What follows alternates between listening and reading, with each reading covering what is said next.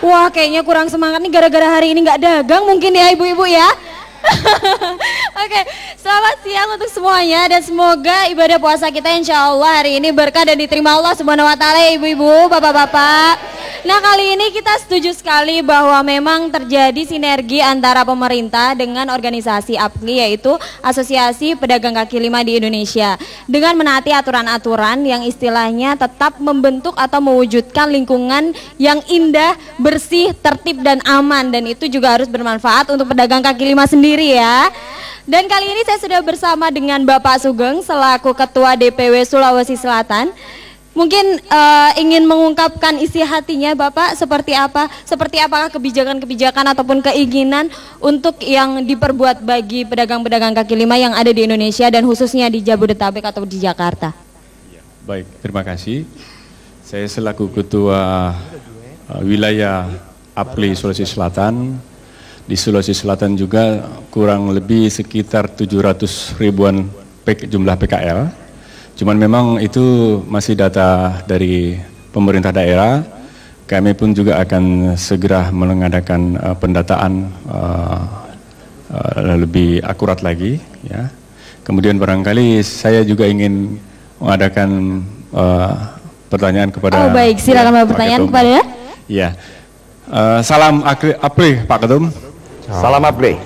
Iya, jadi akhir-akhir ini kita lihat di pemberitaan banyak sekali terjadi penggusuran.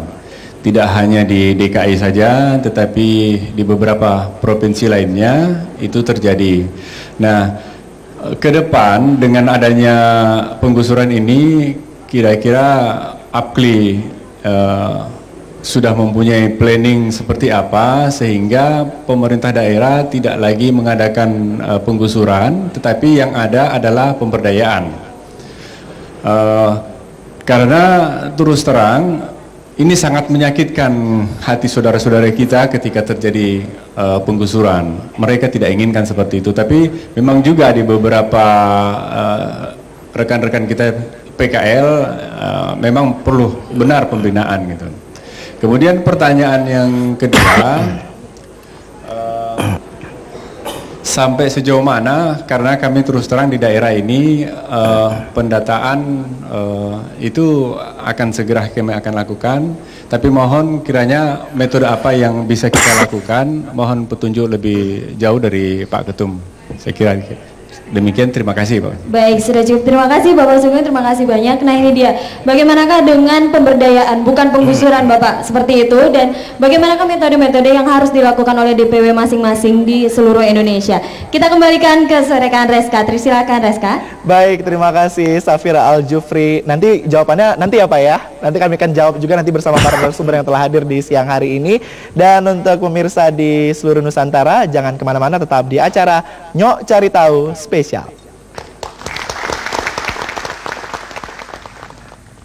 Profesi pedagang kaki lima bukanlah pekerjaan yang hina. Kita para pedagang kaki lima tidak layak untuk dihina. Dan kita semua para pedagang kaki lima tidak butuh belas kasihan. Pedagang kaki lima hanya butuh pembinaan dan tempat usaha guna kesejahteraan keluarga. Salam APKLI. Nasib pedagang kaki lima ada di tangan pedagang kaki lima. Saatnya pedagang kaki lima bersatu, saatnya membantu diri sendiri bersama-sama. Salam APKLI. Pedagang kaki lima harus dilindungi. Pedagang kaki lima tidak boleh didiskriminasi. Saatnya pedagang kaki lima bersatu. Salam APKLI.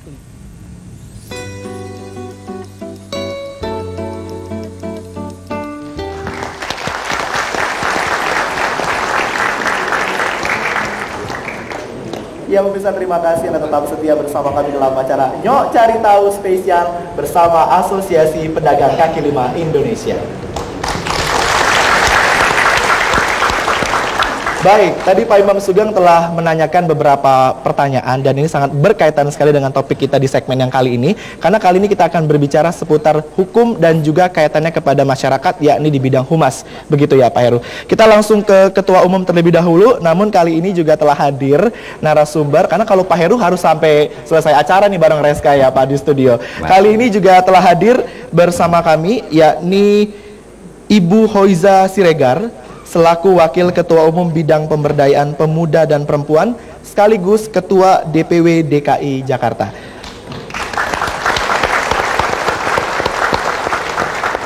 Selain dari Ibu Hoiza Siregar, juga telah hadir, yakni Bapak Husein Abudin SH, selaku Wakil Ketua Umum Bidang Hukum dan Advokasi. Assalamualaikum. Dan juga telah hadir di samping kiri saya, telah hadir Bapak Suryo Koco Suryo Putro SE, selaku Wakil Ketua Umum Bidang Hubungan Masyarakat, Komunikasi dan Media Center. Baik, kita ke Pak Heru terlebih dahulu, Pak Heru. Baik, menjawab pertanyaan dari saudara kita Pak Imam Sugeng.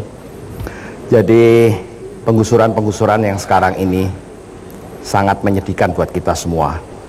Maka nantinya kita akan minta dari bagian advokasi, juga bagian media center kita atau krisis center kita nantinya itu akan melakukan satu pembinaan ke wilayah-wilayah, termasuk juga ke daerah-daerah, bahwa akan dibentuk media center dan krisis center di daerah masing-masing, sehingga penanganannya akan menjadi lebih cepat. Jadi lebih cepat begitu ya Pak Heru dalam penanganan sendiri. Penanganan sendiri. Nah, terkait di bidang advokasi dan juga hukum ini, tentunya para pedagang kaki lima juga harus memiliki penjaminan yang seutuhnya Pak, baik secara konstitusi kita, secara undang-undang dan peraturan-peraturan pemerintah lainnya. Kita ke Pak Husein terlebih dahulu. Sejauh ini langkah yang telah ditempuh seperti apa Pak untuk memperkuat dari sisi advokasi kepada pedagang kaki lima ini sendiri? Oke, terima kasih. Jadi alhamdulillah PKL di seluruh Indonesia sekarang sudah harus merasa bangga karena sudah diterbitnya peraturan Presiden nomor 125 tentang koordinasi penataan dan pemberdayaan pedagang kaki lima. Nah, itu menjadi payung hukum untuk PKL bagaimana bisa melakukan, kami sebagai organisasi bisa bersama-sama dengan PKL untuk melakukan advokasi, dan dalam program ke depan APLI pun akan membuat krisis center dan dibentuk di seluruh Indonesia. Itu sebagai wadahnya Pak? Ya, wadah untuk bagaimana kita bisa mengadvokasi pedagang kaki lima yang ada di seluruh Indonesia. Jadi artinya tidak ada lagi hambatan para pedagang kaki lima untuk menyampaikan keluhannya terkait di bidang hukum dan advokasi? Ya, jadi keluhan-keluhan itu akan disampaikan melalui media krisis itu. Sehingga dari itu kita bisa mencoba melakukan advokasi terhadap pedagang yang memang betul-betul mempunyai persoalan di daerah masing-masing. Baik, kita ke Ibu Hoiza.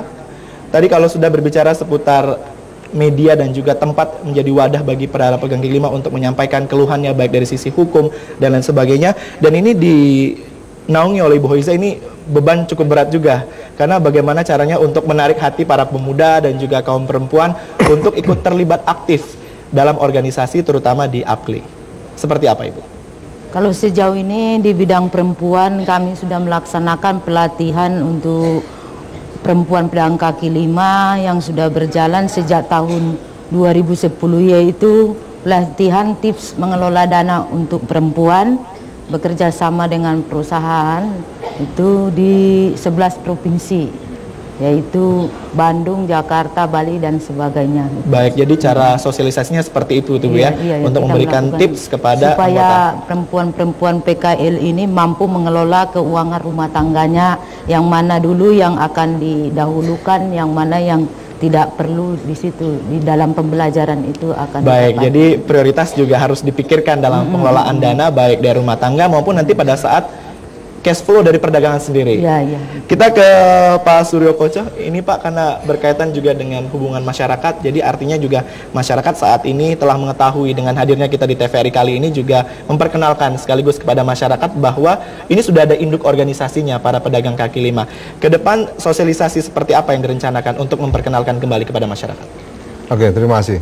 Jadi kalau bicara tentang media, bicara tentang informasi komunikasi, ini salah satu kelemahan yang kita miliki adalah kaki lima dengan keterbatasan modal, otomatis ketika dihajar dengan pemberitaan-pemberitaan yang kurang menguntungkan, ini udah tidak bisa melakukan perlawanan apapun.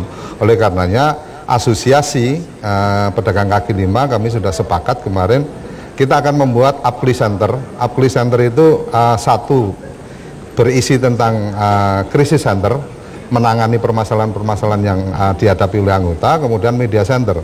Media center ini kita akan bermain di hampir semua lini media sosial, karena kalau bicara tentang media-media televisi dan seterusnya mungkin kami harus mempersiapkan secara khusus, tapi secara media sosial kami akan mengembangkan itu. Dan satu hal lagi yang perlu kami tegaskan, perlu kami sampaikan, kadang-kadang teman-teman media di beberapa ya, TVRI nggak termasuk, di beberapa ini kadang-kadang melakukan investigasi tentang satu produk tertentu yang itu kalau kita cermati permasalahannya secara tidak langsung sedang mematikan kaki lima gitu. Bagaimana efek dari pemberitaan? Iya dong, efek dari pemberitaan ketika bicara tentang tukang gorengan nih, yang plastiknya dimasukin untuk biar gorengannya menjadi lebih menarik dan seterusnya.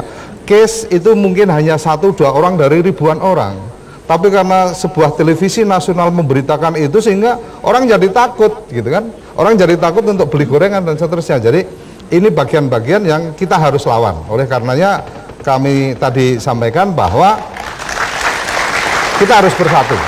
Jadi pedagang kaki lima kalau bersatu, saya yakin semangat kita untuk kemudian bisa menjadi lebih bahagia, menjadi lebih sejahtera, melawan kekuatan-kekuatan yang sekarang ini ada dengan banyak cara. Belum satu yang terakhir kemarin baru aja bicara tentang air mineral isi ulang di Jakarta sekian persen itu ada bakteri dan seterusnya. Saya bilang itu urusan pasti trik-trik dengan kemasan yang dengan branded tertentu. Ini yang harus kita lawan dan saya yakin kaki lima bisa melakukan itu. Baik.